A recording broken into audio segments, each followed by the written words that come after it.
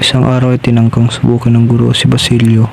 Tinawag siyang bubutok ng guro. Nagsasalaysay ito ng isang bakay na nagpapatawa sa madla.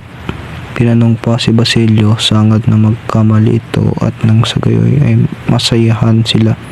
Marunong ng wikang Kastila si Basilio noon kaya nakakasagot ng husay. Dahil dito ay sumama ang loob ng praile at hindi na siya tinanong ng buong taon. Nagkaroon lamang siya ng mabait na propesor nang nasa ika-4 na taon na siya.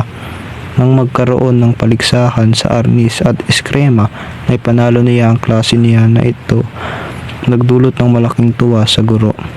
Inirekomenda siya na magkatanggap ng markang napakataas at medalya ng karangalan. May kwento ni Basilio kay Kapitan Tiago na ito ang pinakamagandang taon niya. Natuwang matanda, siya ay pinalipat sa ibang paaralan na may bagong kapaligiran. Nabalitaan ng matanda na kung uri ng edukasyon ang pag-uusapan, nangunguna raw ang mga paring Heswita. Dito nga sa Ateo, malawalhating nagtapos ng Barcilla si Basilio.